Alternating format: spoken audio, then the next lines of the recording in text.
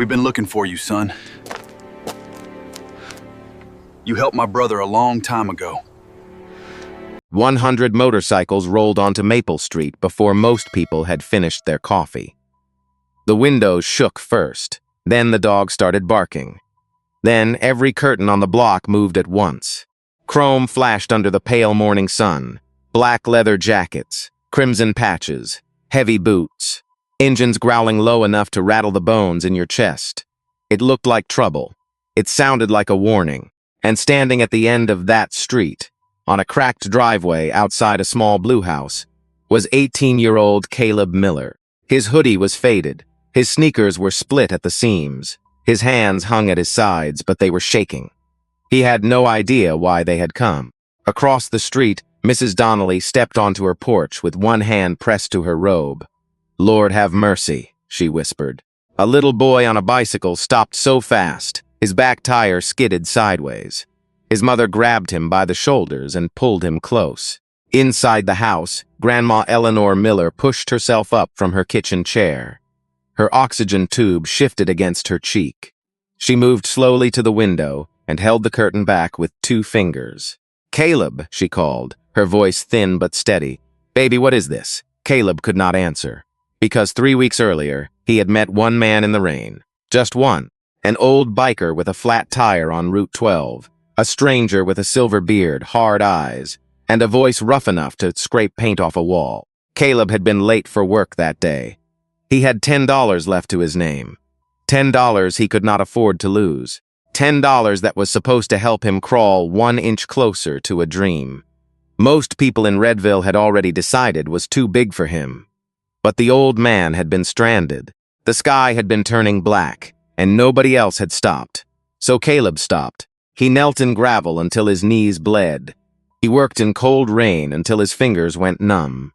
He spent his last $10 on a tube for a tire that did not belong to him, for a man who barely said thank you.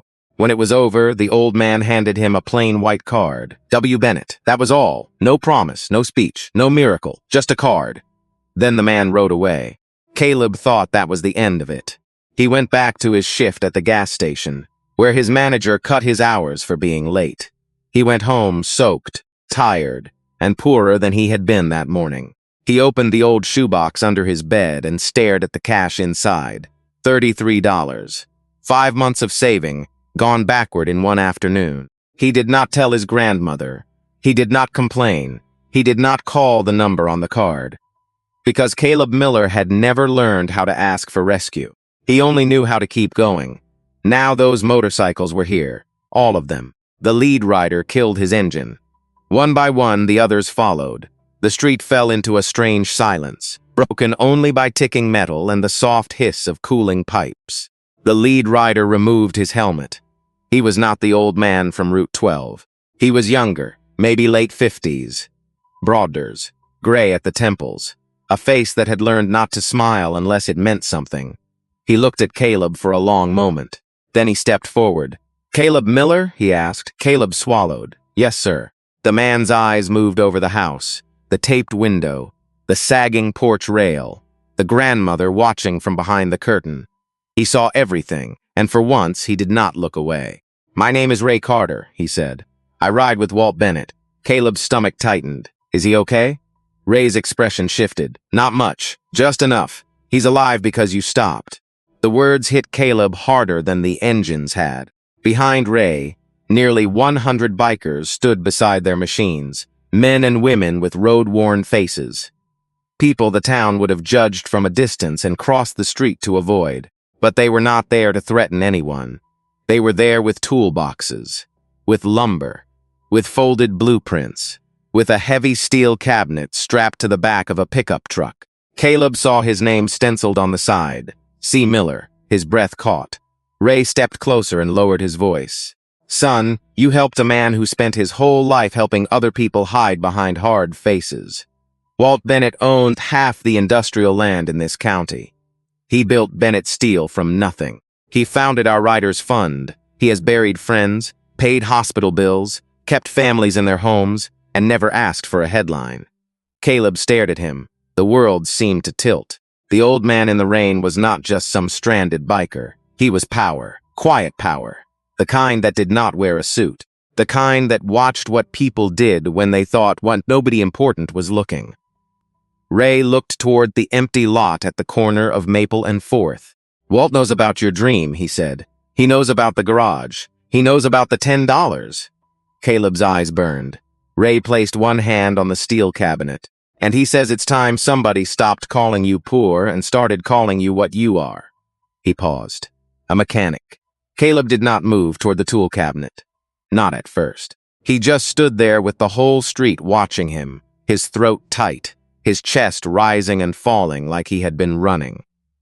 The name on the steel door looked too clean, too official, too much like it belonged to someone else. C. Miller. He had written that name on school papers, on gas station timesheets, on repair notes in the margins of old manuals. But he had never seen it on anything built to last. Ray Carter saw the look on his face. He did not rush him. The older man leaned one hand against the cabinet and waited, because roadmen understood silence better than speeches. Behind him, the riders stood still. No one laughed, no one whispered. Even the engines seemed to hold their breath. Across the street, Mr. Hanley from the hardware store stepped down from his porch. "What's all this about?" he called. His voice tried to sound casual, but there was fear under it. "You folks got a permit to be blocking the street?" A few neighbors nodded. That was how towns like Redville worked. They ignored a poor boy for years, then demanded paperwork the moment somebody showed up to help him. Ray turned slowly. "Yes, sir," he said. "Filed with the county yesterday. Temporary street use, private delivery, no parking violations. Sheriff's office has a copy."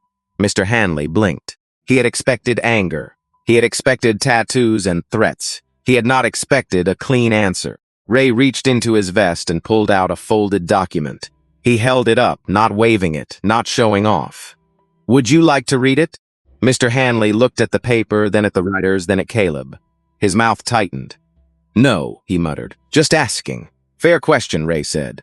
That made the silence sharper. Because respect, when given calmly, can expose disrespect better than shouting ever could. Grandma Eleanor opened the front door then.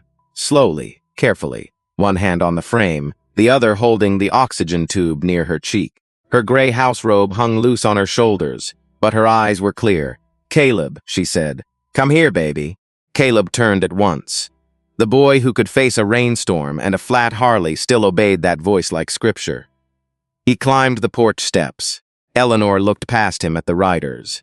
Her lips pressed together. She had lived long enough in America to know that large groups of men in leather did not usually bring comfort to old women in small houses. But she had also lived long enough to know fear was not the same as wisdom. Ray removed his cap. "Mom," he said, "we don't mean to disturb your home." Eleanor studied him. Not his vest, not his beard, his eyes. "What do you mean to do, Ray?" Swallowed once. "Keep a promise." That answer changed her face, just a little. She looked at Caleb. "You know these people?" "No, Mom," he said. "Not really." "Then why are they here?" Caleb tried to speak, but the words broke apart before they reached his mouth. Ray stepped in, gentle but firm. "Your grandson stopped for Walt Bennett on Route 12 3 weeks ago. In bad rain. No traffic. No help. Walt's tire was gone, and his heart was acting worse than he admitted.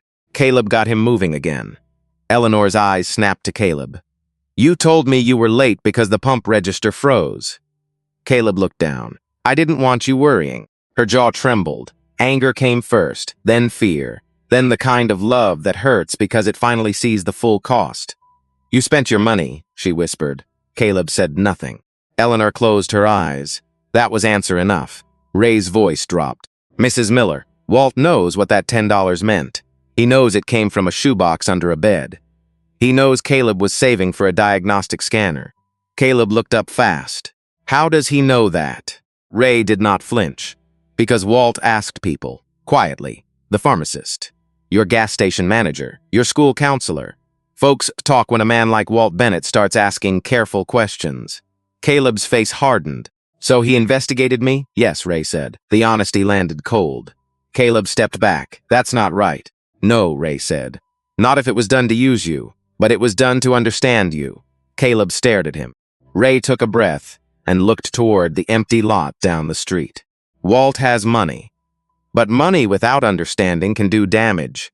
He didn't want to hand you charity. He wanted to know what you were already carrying. The wind moved through the maple trees. Somewhere behind the riders, a chain clinked against a trailer hitch. Eleanor reached for Caleb's hand. Her fingers were thin, cool, stronger than they looked. "Baby," she said softly, "let the man finish." Ray nodded once, grateful. Then he reached into the truck and pulled out a rolled set of blueprints. He walked to the hood of Caleb's old Chevy and spread them flat. The paper snapped in the breeze. There it was, a service bay, a small office, a parts room, 2 lifts, a sign over the front entrance, Miller Auto Repair. Caleb stopped breathing for a second. Not because it was beautiful, because it was possible. Caleb touched the edge of the blueprint with 2 fingers, like the paper might vanish if he pressed too hard. The lines were simple, black ink on white paper, measurements, notes, doorways, electrical points, drainage, a waiting area with 3 chairs, a small restroom marked public, a service counter drawn near the front. But to Caleb, it looked like a future someone had stolen from a dream and laid across the hood of his grandmother's car. He shook his head slowly. "I can't pay for this." Ray did not look surprised. "Nobody asked you to." "That's the problem," Caleb said. His voice came out sharper than he meant. "People don't just hand over buildings." One of the bikers behind Ray shifted his weight. A woman with silver braids and oil stains on her sleeves folded her arms. Her name was June Mercer. She had run a welding shop outside Dayton for almost 30 years, and she knew pride when she saw it. She stepped forward. "Kid, this isn't a handout." Caleb looked at her. She pointed at the blueprint. "A handout disappears when the money runs out. This is work. Permits, concrete, electrical inspections, insurance, long days. Bad backs, dirty hands. You'll earn every inch of it." Caleb swallowed. That landed differently. Grandma Eleanor kept her hand wrapped around his. She could feel him shaking, though he was trying hard to hide it. Ray leaned over the blueprint and tapped the service bay. Walt put conditions on it. Caleb's eyes lifted. "What conditions?" "First, you finish high school." Caleb blinked. "Second, you keep proper books. Every dollar, in and out. We've got a retired accountant in the club who will teach you." A thin man near the back raised 2 fingers without smiling. "Third," Ray said, "you take 1 apprentice every year from Redville High or the county youth program. Somebody who needs a door opened." Caleb looked down at the paper again. "That's what he wants. That's what he owes," Ray said. The words quieted the porch. Mrs. Donnelly, still across the street, lowered her hand from her mouth. Mr. Hanley stopped pretending not to listen. Ray's face hardened, not with anger, but memory. When Walt was 16, he was living behind a bus depot in Knoxville. No family willing to claim him, no school, no plan, just fists and hunger. A mechanic named Samuel Brooks found him trying to steal a battery out of a wrecked truck. Caleb listened. So did the whole street. Samuel could have called the police. He didn't. He made Walt put the battery back, then gave him breakfast. After that, he gave him a broom, then a wrench, then a reason to wake up sober. Ray's voice dropped. Walt never forgot. June looked away and blinked hard. Even men who had faced winter roads and hospital rooms had their weak places. Ray tapped the sign on the blueprint. Samuel told him a working hand never has to beg. Walt built his life on that. Now he wants this place to teach the same thing. Caleb's mouth trembled once. He bit down on it, because he knew boys like that. He had sat beside them in classrooms where nobody expected much. Boys who stopped bringing pencils. Boys who learned to laugh before anyone could call them stupid. Boys 1 bad week away from court, and he knew something else. He had almost become one of them. A white county SUV turned onto Maple Street then. Slow. Official. The sound of its tires on the asphalt cut through the moment. Mr. Hanley's face changed. A small, satisfied look, like help had arrived for his side. The SUV stopped near the curb. The door opened and Deputy Frank Willis stepped out. 50-something, tan uniform, sunglasses, hand resting near his belt, not on his weapon, but closest enough to remind everyone he had one. He looked at the motorcycles, then at Ray, then at Caleb. "What's going on here?" Ray folded the blueprint carefully. "Morning, Deputy. Delivery and authorized street use." Willis ignored the paper in Ray's hand. He looked at Caleb's house instead. The old porch, the peeling paint, the riders in leather. Then his eyes landed on Caleb. "You in some kind of trouble, son?" The word son did not sound warm. Caleb felt heat rise in his face. All his life, grown men like Willis had spoken to him like trouble was something already written under his skin. "No, sir," Caleb said. Willis took off his sunglasses. "You sure? Because folks are calling in saying there's a gang presence on this block." A few riders stiffened. Ray lifted one hand without turning around. "Stay calm." Grandma Eleanor stepped down one porch step. "Deputy Willis," she said, "nobody here has threatened anybody." Willis gave her a quick nod.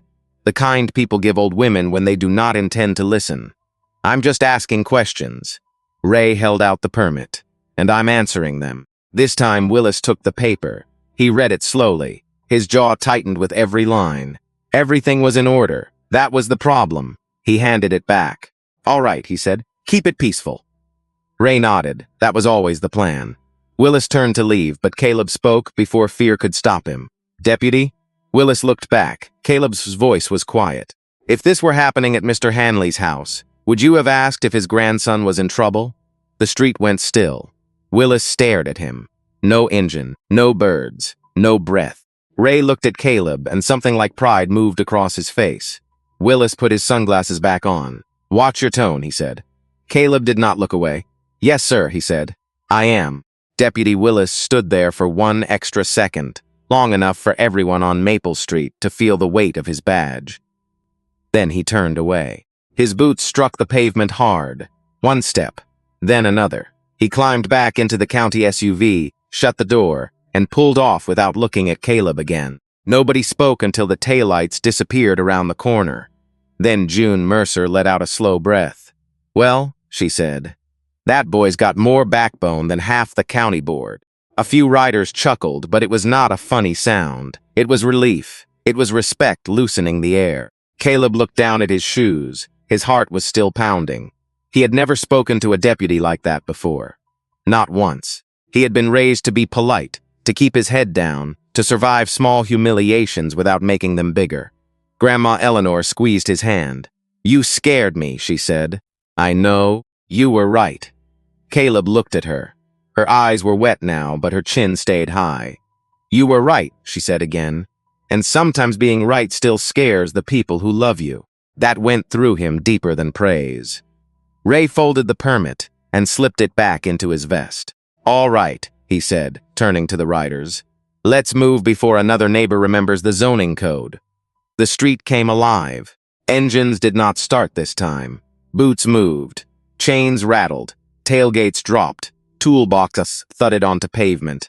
Men and women who looked like they belonged on open highways began unloading lumber with the care of church volunteers setting up folding tables. Caleb stood frozen for only a moment.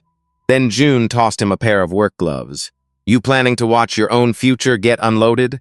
He caught them against his chest. "No, Mom. Good answer." She pointed toward the pickup. Grabbed the other end. Caleb moved. That was when the day stopped feeling like a miracle and started feeling like work. The steel cabinet took 6 people and a lift gate. It was heavier than it looked. The bottom scraped once against the truck bed, and Caleb flinched like it had scratched his own skin. "Easy," Ray said. "Tools can take a hit. Pride can't. Watch the corner." They set it in the driveway beside the Chevy. June handed Caleb a key. He stared at it. "Open it." He slid the key into the lock. His fingers were clumsy. The metal clicked. The doors swung apart. Inside were sockets, wrenches, diagnostic leads, impact drivers, torque tools, gloves, safety glasses, manuals, labels, drawers clean enough to look untouched by human failure. Caleb reached for a wrench, then stopped. His hand hovered in the air. Every tool looked expensive. Every tool looked like trust. Ray saw it. "Go on." Caleb picked up a ratchet. It fit his palm perfectly. Solid. Balanced. Real. For years, he had worked with borrowed tools, rusted tools, clearance bin tools with handles wrapped in tape. He had learned patience because cheap metal slipped. He had learned care because one broken socket could ruin an entire week. This ratchet made a soft clicking sound when he turned it. Clean. Precise. A small sound. But to Caleb, it sounded like a door unlocking. From the porch, Eleanor covered her mouth with one hand. She remembered a little boy on the kitchen floor taking apart a broken toaster with a butter knife. She remembered telling him to be careful, and him saying, serious as a judge, "I am, Grandma. It's just sleeping wrong." She had laughed then. She was not laughing now. A sedan rolled slowly past the house. Inside, two boys from Caleb's school stared out the window. One of them, Ty Finch, leaned toward the glass. "That's Miller?" he said. "Gas station Caleb?" The driver, his older brother, snorted. "Looks like somebody's charity project." The words did not carry far, but Caleb heard enough. His shoulders tightened. June heard it too. She turned, eyes sharp. Ray touched her arm. "No," he said quietly. "Let them talk. They're about to learn." By mid-morning, the empty lot at Maple and 4th had become the center of town. The riders formed lines. They cleared trash, pulled weeds, marked boundaries with orange flags. Ray met with the contractor, a local man named Pete Lawson, who arrived in a dusty white truck with a clipboard and cautious eyes. Pete looked at Caleb. "You the owner?" The question landed hard. Caleb opened his mouth, but no sound came. Ray stayed silent on purpose. Pete waited. Caleb wiped his palm on his jeans and stepped forward. "Yes, sir," he said. "I'm Caleb Miller." Pete studied him. 18. Thin, tired eyes, old hoodie. He had seen kids like Caleb come through job sites before. Most people talked over them. Pete did not. He held out the clipboard. "Then I need your signature before we break ground." Caleb took the pen. For a second, the whole lot seemed to narrow to that one blank line. C. Miller. This time, the name did not look like a dream. It looked like authority. And when Caleb signed it, every biker on that lot stopped working for just a breath. Not to clap, not to cheer, to witness. The first shovel hit the ground just after noon. It made a dull, heavy sound. Not dramatic, not loud. Just metal cutting into hard dirt on a forgotten corner lot that had sat empty for years. Weeds, broken glass, old cigarette butts. A rusted shopping cart half buried behind the chain-link fence. People had driven past that lot every day and seen nothing. Caleb had driven past it and seen lifts, workbenches, oil stains, headlights, second chances. Now the ground was opening. Pete Lawson marked the first trench with orange paint. June ran a string line between two stakes. Ray stood near the curb with his phone pressed to his ear, speaking in a low voice to someone at the county office.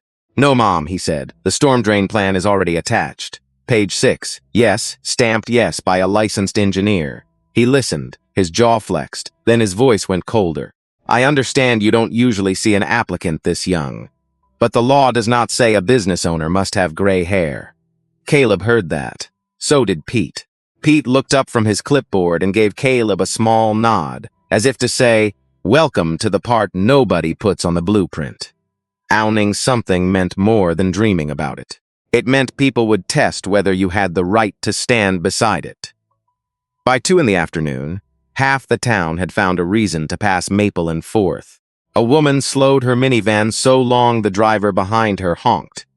2 retired men from the diner stood across the street with coffee cups, pretending to discuss the weather. A group of teenagers watched from the sidewalk, laughing too loud. Tyler Finch was among them. He wore a varsity jacket even though football season had ended. He had always treated Caleb like background noise. The quiet kid who smelled faintly of gasoline after evening shifts. The kid who drove a car older than most teachers. Tyler cupped his hands around his mouth. "Hey, Miller, you hiring yet?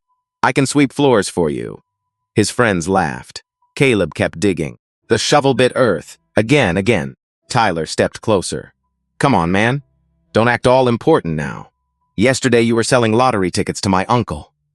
Caleb's hands tightened on the handle. June stopped measuring. Ray lowered his phone. The lot went thin and sharp. Pete watched Caleb. He could have stepped in. Ray could have shut the boy down with one sentence. June looked ready to do worse than that. But this was Caleb's ground now. Caleb planted the shovel in the dirt and turned. His face was flushed from work. Sweat had darkened the neck of his hoodie. There was soil on his cheek. He looked tired, young, and very still. "You need a job, Tyler?" The laughter cut off. Tyler blinked. "What?" Caleb pointed toward the brush pile. "We're clearing trash until 5. Gloves are in the truck. $15 an hour. Cash today." If you work hard, Pete might need part-time labor next week. Tyler's friends stared at him. The joke had changed shape. Tyler scoffed. I'm not working for you. Caleb nodded once. Then don't ask to sweep. A quiet sound moved through the riders. Not laughter, approval. Tyler's face reddened. He looked at his friends, waiting for them to rescue him. They looked away. That was the thing about cruelty. It felt strong in a crowd until someone answered it with calm. Tyler spat near the curb and walked off. Caleb picked up the shovel again. His hands were shaking now, but he kept working. Ray came beside him. You handled that better than I would have. Caleb kept his eyes on the trench. I wanted to say something worse. Most grown men do. Caleb gave half a breath that might have been a laugh. Then Ray's phone buzzed. He looked at the screen and the softness left at his face. Walt's here. Caleb turned. At the far end of the block, a black pickup rolled slowly toward the lot. Not flashy, not new. Clean but old enough to have earned its scratches. It stopped near the curb. For a moment, nobody moved. Then the passenger door opened. Walt Bennett stepped down carefully. He looked smaller than Caleb remembered. On Route 12, in the rain, Walt had seemed carved from iron. Now in the daylight, Caleb saw the truth the leather vest had hidden. The slight tremor in his left hand, the grayness under his eyes, the way he paused before each step as if his body charged him for every movement. Ray moved toward him fast. Walt raised one hand. I can walk. Ray stopped. Respect meant knowing when not to help. Walt crossed the dirt lot slowly, boots sinking slightly in the soft ground. The riders parted without being asked. Caleb stood with the shovel in his hand, suddenly unable to breathe right. Walt stopped in front of him. Neither of them spoke. The old man looked at the trench, the stakes, the blueprint table, the tool cabinet. Then he looked at Caleb. You signed? Caleb nodded. Yes, sir. Walt's mouth moved like he might smile, but pain interrupted it. Good, Caleb swallowed. Why didn't you just tell me who you were? Walt's eyes held his. Because if I told you I had money, your help would have been kindness mixed with calculation. Caleb flinched. Walt's voice softened. I needed to know what you would do for a man who could give you nothing. The words settled over the lot, heavy, uncomfortable. True. Caleb looked down at the dirt on his boots. And what did you find out? Walt stepped closer, close enough that only Caleb and Ray could hear the strain in his breathing. I found out you were richer than most men I know. Walt did not stay standing for long. Ray saw it first, the tiny shift in Walt's knees, the way his left hand pressed against his ribs. The old man tried to hide it, but pain has a rhythm, and Ray had known him too many years not to hear it. Chair, Ray said. I'm fine, Walt muttered. No, you're stubborn, June said. That's different. A folding chair appeared beside the blueprint table before Walt could argue. He looked at it like it had insulted him. Then his breathing caught, just once, and he sat down. No one made a thing of it. That was kindness, too. Caleb stood a few feet away, still holding the shovel. He had wanted to ask a dozen questions. About the land. About the money. About why a man like Walt Bennett cared what happened to a kid who fixed cars behind a gas station. But seeing Walt sit down changed the questions. Are you sick? Caleb asked. Ray looked away. June's jaw tightened. Walt stared at the dirt between his boots. Everybody's sick of something. That's not an answer. Walt lifted his eyes. There was a spark there. Tired but alive. No, he said. It's not. A pickup rumbled past the lot, slow enough for the driver to stare. The town kept watching. It always did. But inside the orange stakes, something private had begun. Walt reached into the inside pocket of his vest and pulled out an old photograph. The edges were soft. The color had faded. In it, a young white boy stood beside an older black man in front of a small repair shop. The boy's hair was long and wild. His face was bruised. His eyes were angry at the whole world. The older man had one hand on the boy's shoulder. This was me, Walt said. Caleb stepped closer. He looked at the photo, then at Walt. You? Hard to believe, isn't it? Caleb did not answer. Walt tapped the older man in the picture. Samuel Brooks. Owned a two-bay garage outside Knoxville. Nothing fancy, roof leaked. Coffee tasted like burnt pennies. But men came there when they had nowhere else to go. His thumb stayed on the photo. I tried to steal from him. Caleb looked up. A battery, Walt said. I was 16, hungry. Mean. Thought the world owed me something because it had taken plenty. Samuel caught me with both hands under the hood. What did he do? Walt smiled faintly. Made me put it back. June gave a soft laugh under her breath. Then he fed me eggs and grits. Made me sweep the shop. I thought it was punishment.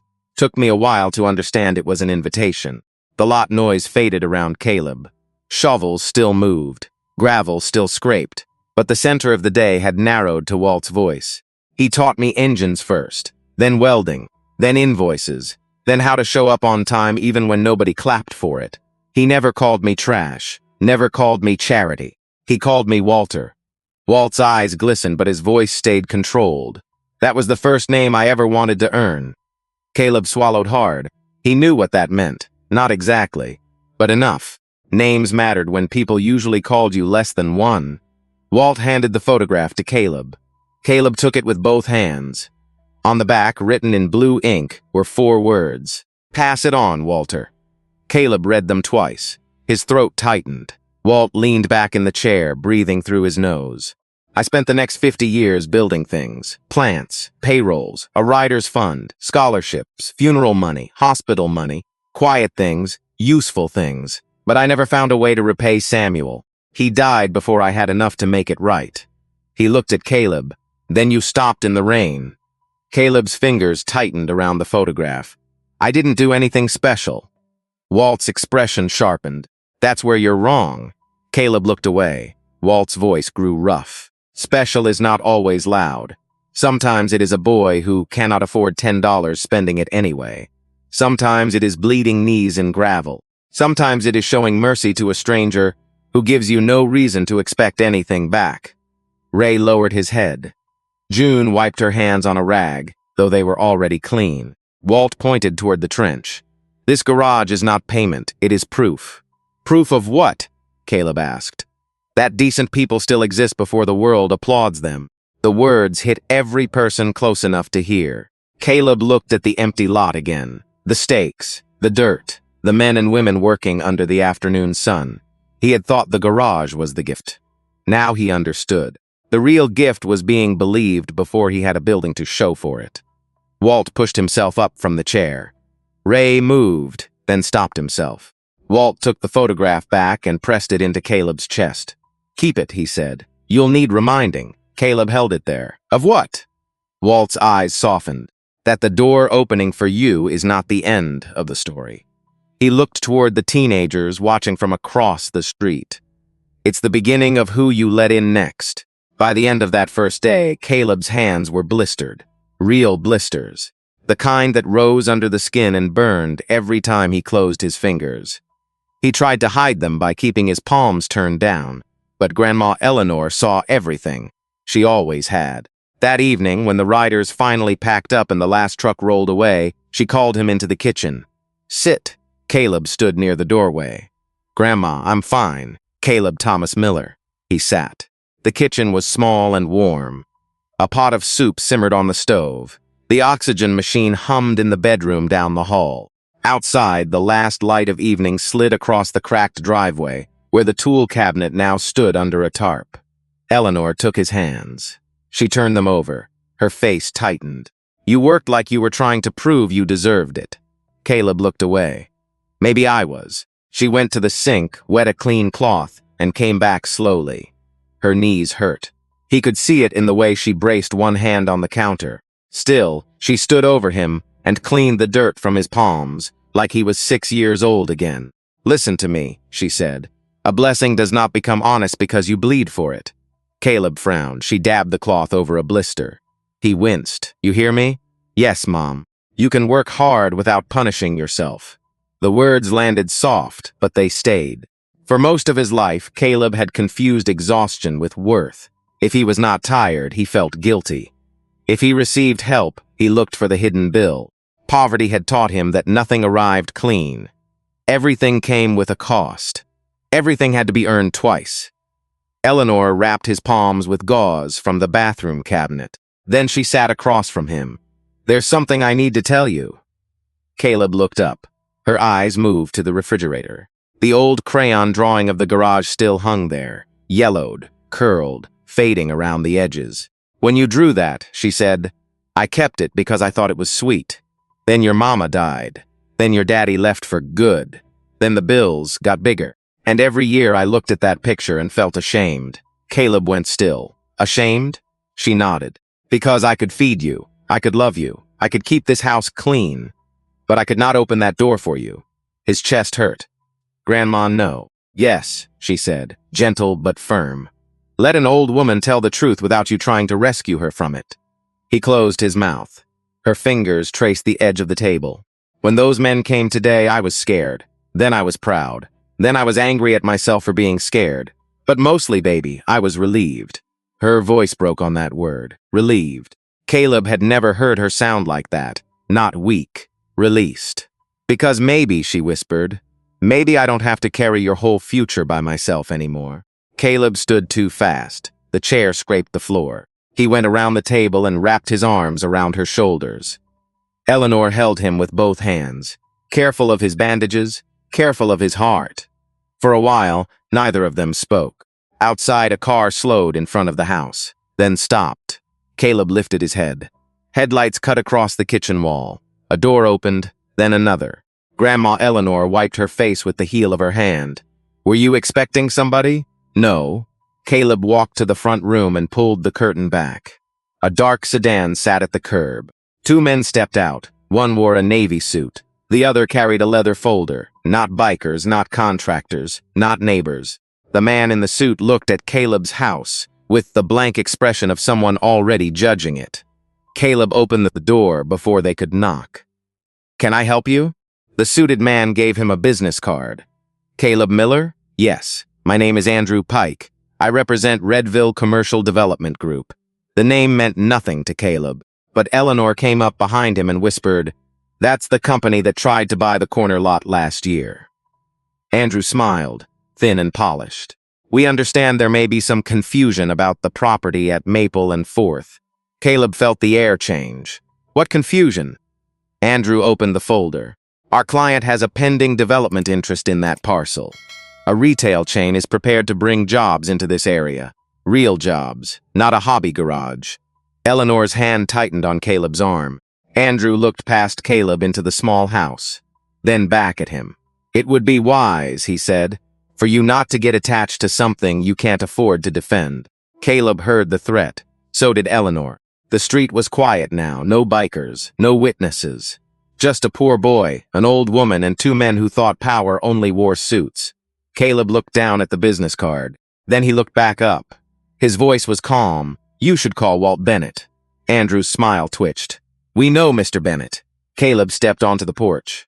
Then you should already know he doesn't scare easy. Andrew's eyes cooled. And you do? Caleb held his gaze. Behind him, Eleanor stood straighter. No, Caleb said, not anymore.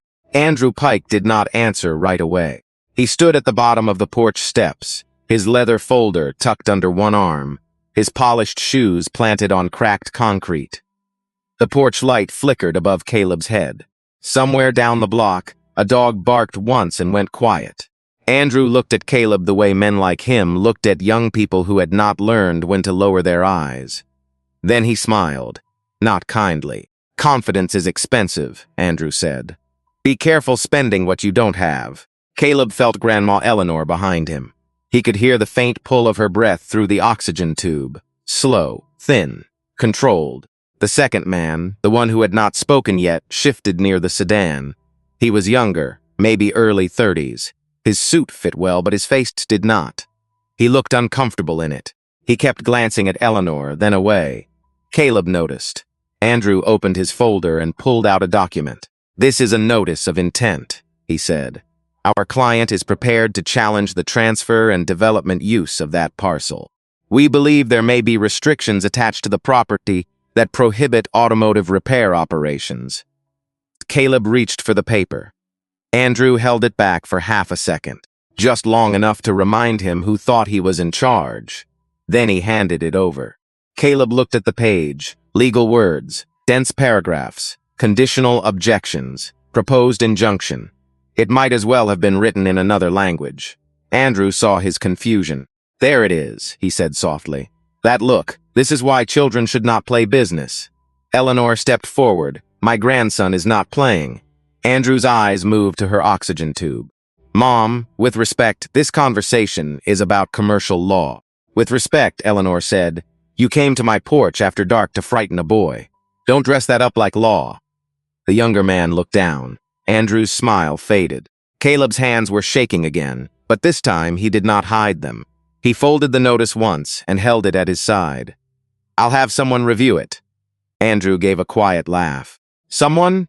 Caleb looked him in the eye. Yes. Mr. Miller, attorneys cost money, court cost money, delays cost money, development stops when disputes begin. You understand that? Caleb did. That was the point. They did not need to win. They just needed to make the fight too expensive for him to survive. Andrew stepped closer. One signature can solve this tonight. Walk away now, and our client may be willing to compensate you for your inconvenience. He pulled another paper from the folder. A check was clipped to the front. Caleb saw the amount, $10,000. For 1 second, the porch tilted under him.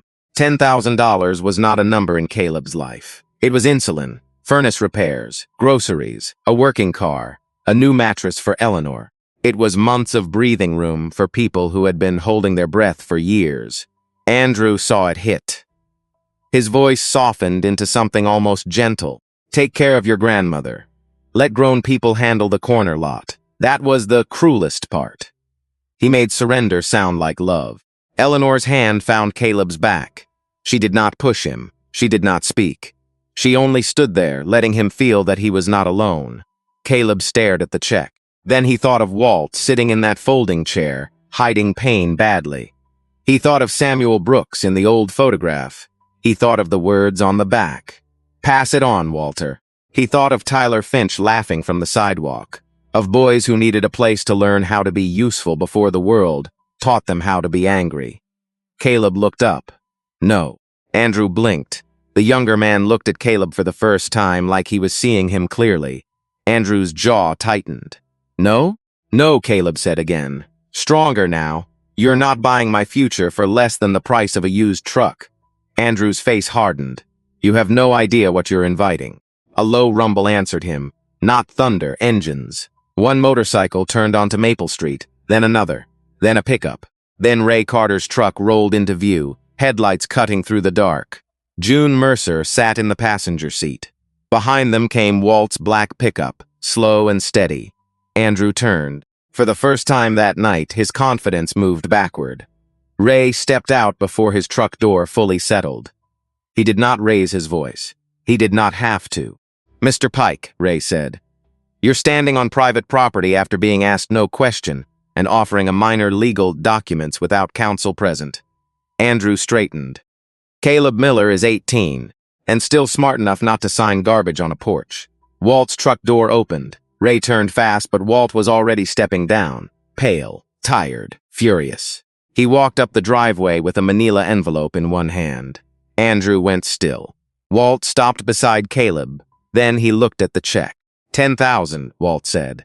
That what you think a boy's dignity costs now? Andrew swallowed. Mr. Bennett, this is a business matter. Walt's eyes cut through him. No. This is what happens when small men use paperwork like a weapon. He handed the envelope to Caleb. Inside was a recorded deed, a zoning approval letter, and a signed lease. Clean. Stamped. Legal. Walt leaned toward Andrew. You want to fight? He said. His voice dropped. File in court by morning. My lawyers will answer by lunch. Andrew said nothing. Walt took one step closer. And next time you come after this boy, come in daylight. Andrew Pike looked at Walt Bennett as if he had just realized the old man was not a rumor. For weeks, maybe longer, Andrew had been speaking about Walt in conference rooms.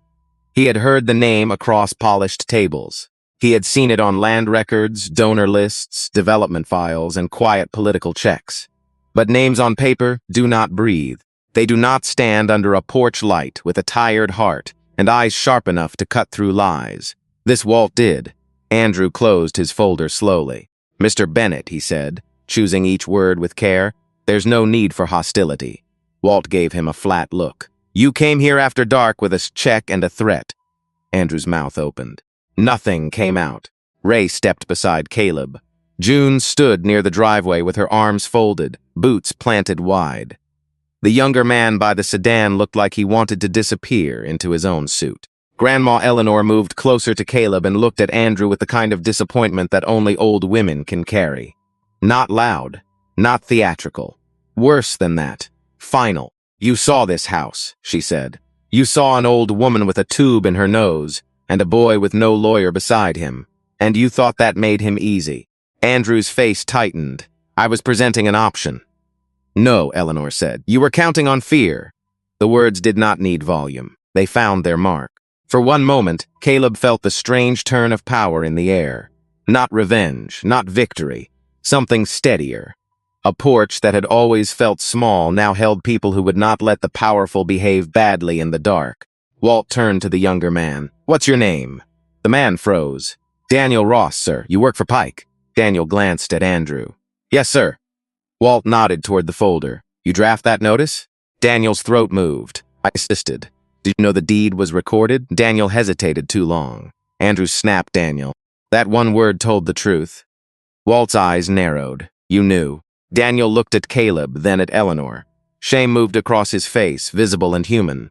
"Yes, sir," he said quietly. "I saw the recording." Andrew turned on him. "That's enough." Daniel did not look away from Walt. "The objection was weak," he said. "I told them it would not hold.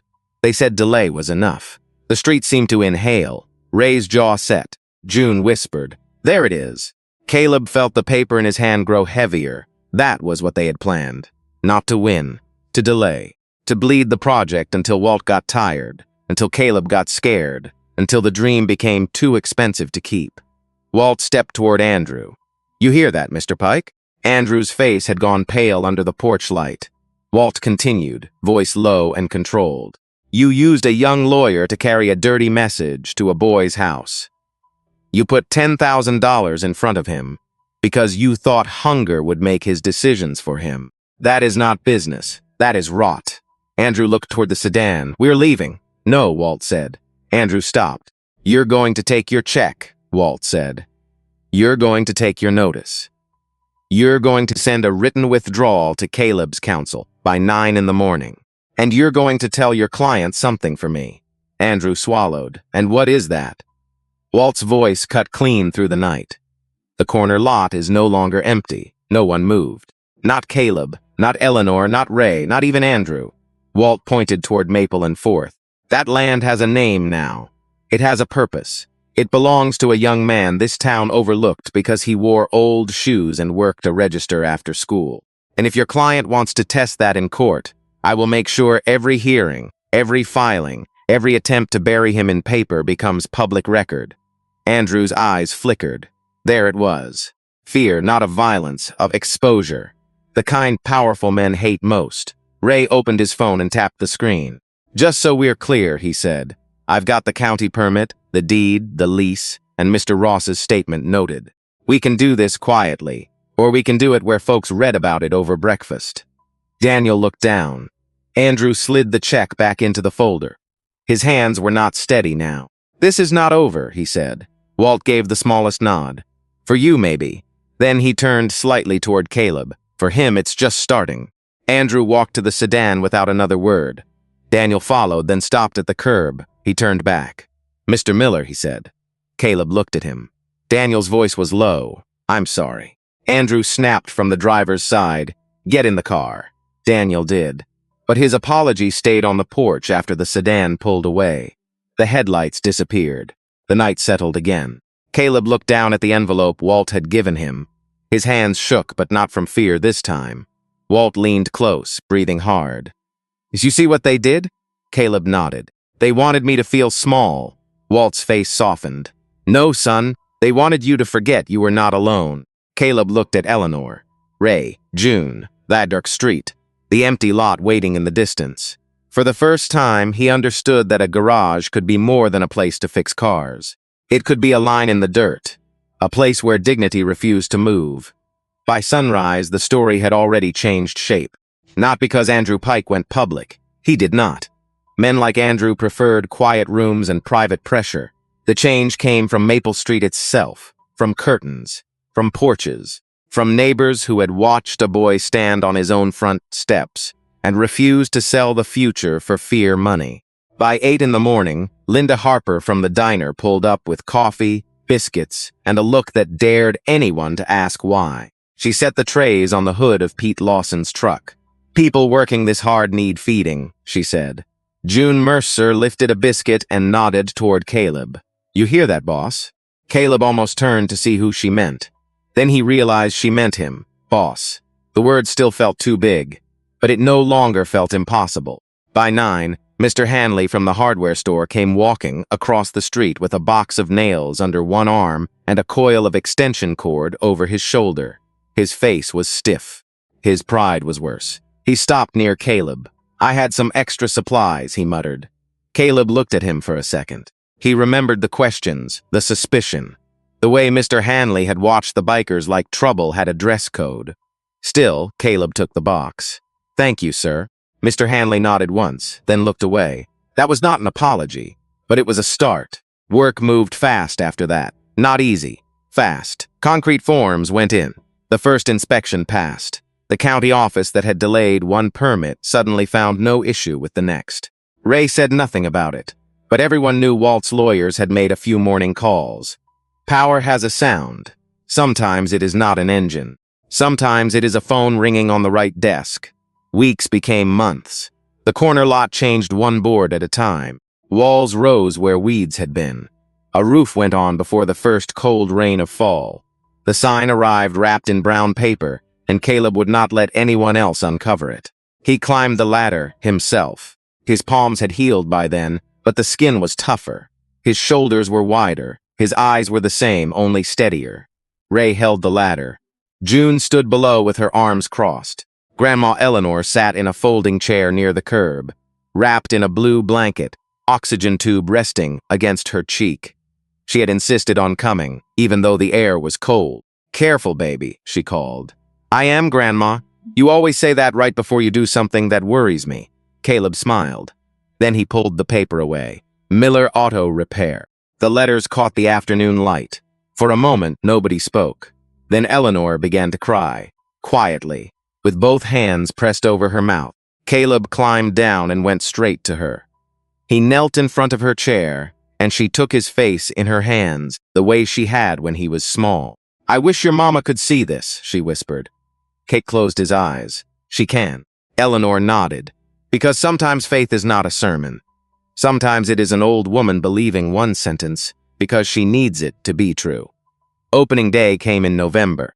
Cold morning, clear sky, steam rising from coffee cups. A line of cars stretched farther than Caleb expected, not because the town had no other mechanic, because people wanted to see whether the boy they had overlooked could stand inside the life he had been given. Walt came last. Ray helped him from the truck, though Walt pretended he did not need help. He looked thinner, paler, but his vest was clean, his boots were polished, and Samuel Brooks's old photograph rested in his shirt pocket. Caleb met him at the bay door. Walt looked up at the sign, then at the lifts, then at the young man standing in front of him. "You ready?" Walt asked. Caleb took a breath. The smell of rubber, coffee, steel, and fresh paint filled his lungs. "Yes, sir." Walt shook his head. "Don't serve me in your own shop." Caleb swallowed. "Yes, Walt." The old man smiled then, a real one, not big enough. The first customer was Linda Harper. Her old delivery van coughed into the bay like it had dragged itself there out of loyalty. Caleb diagnosed a bad ignition coil in under 10 minutes. He explained it clearly. No talking down, no tricks, no padded bill. Linda watched him work and wiped at her eyes when she thought no one saw. By noon, Marcus Reed walked in. 16, angry face, hood up, school suspension papers folded in his back pocket. He stood near the door like he expected to be kicked out. Caleb saw him. He remembered Walt's words. "Who you let in next? You here to work?" Caleb asked. Marcus shrugged. "Maybe." Caleb tossed him a pair of gloves. "Then start by learning where the tools go." Marcus caught them. His face changed. Just a little. That was how healing began there. Not with speeches, with a pair of gloves, with a place to stand, with someone saying, "You are not trash. You are not too late. You are not what they called you." 6 months later, Walt Bennett passed in his sleep. No spotlight, no final speech, Just a quiet room, an old heart, and a life that had finally passed on what it owed. At the funeral, Caleb stood beside Ray and June while motorcycles lined the road for nearly a mile. When the service ended, Ray handed Caleb a small envelope. Inside was the original card Walt had given him on Route 12, W. Bennett. On the back, Walt had written one line. The boy in the rain became the man at the door. Caleb carried that card in his wallet from then on. 1 year after the first shovel hit the ground, rain fell again on Route 12. Caleb was driving back from a parts run when he saw a woman pulled onto the shoulder. Hazard lights blinking, tire flat, face tight with worry. He slowed, then stopped. No calculation, no audience, no reward, just a person in need. He changed the tire in the rain. When she tried to pay him, he shook his head and handed her a Miller Auto repair card. On the back, he had written 3 words. Pass it on. And if this story reminded you that dignity can grow in forgotten places, like this video, subscribe for more stories like this, and comment these 3 words below. Pass it on.